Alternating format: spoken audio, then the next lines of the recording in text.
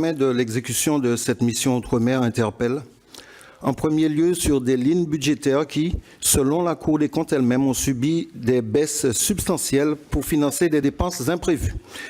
Or, ces baisses sont importantes, mais surtout, elles affectent des budgets qui sont cruciaux.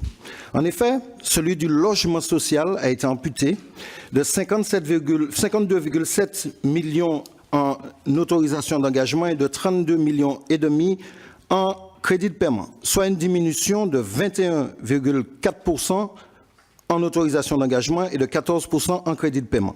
Autrement dit, les moyens affectés réellement à la politique du logement social sont passés sous le seuil des 200 millions en AE ou en CP, alors que nous avions voté en 2017 un budget de 246 millions en AE et 231 millions en CP.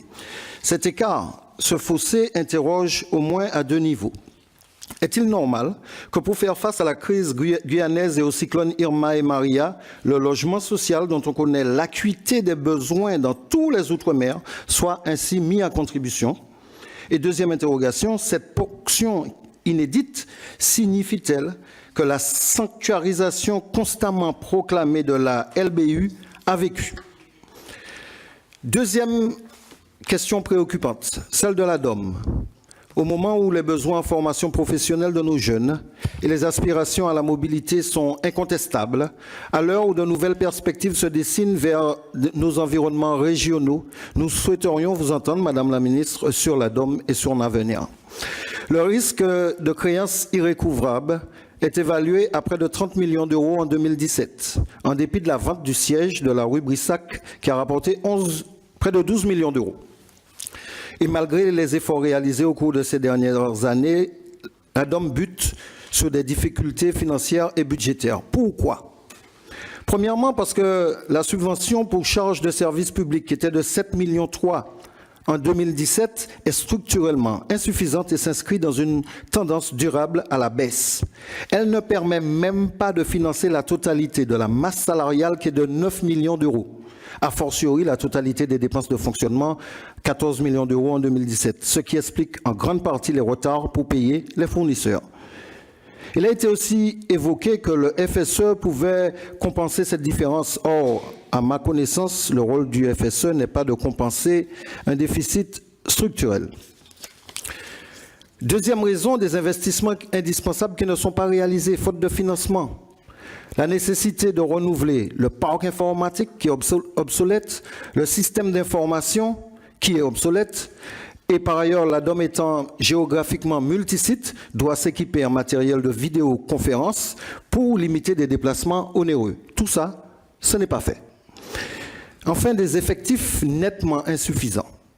Les effectifs sont insuffisants parce que la DOM a reçu 2 nouvelles missions en 2010, la continuité territoriale et le passeport mobilité. À ce moment-là, pour leur mise en œuvre, il était prévu d'octroyer 25 postes permanents à la DOM. Cela n'a pas été fait et le recours à des contrats aidés ne permet pas de sécuriser l'activité ni en qualité ni en quantité.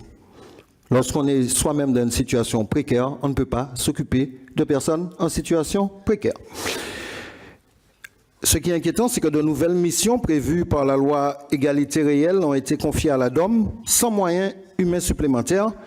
Le dispositif cadre pour Mayotte, qui doit débuter en septembre 2018, mais aussi la continuité funéraire sur l'ensemble des Outre-mer. Alors comment faire? Mieux avec moins. C'est une mission impossible, et ce, encore une fois, au moment où les besoins en formation professionnelle de nos jeunes et leurs aspirations à se former et à s'épanouir par la formation professionnelle sont de plus en plus prégnantes. Un autre point qui m'interpelle et sur lequel je voudrais vous interpeller, Madame la Ministre, c'est celui du traitement des sargasses, même si je sais qu'il ne se concerne pas que ce ministère, que cette mission.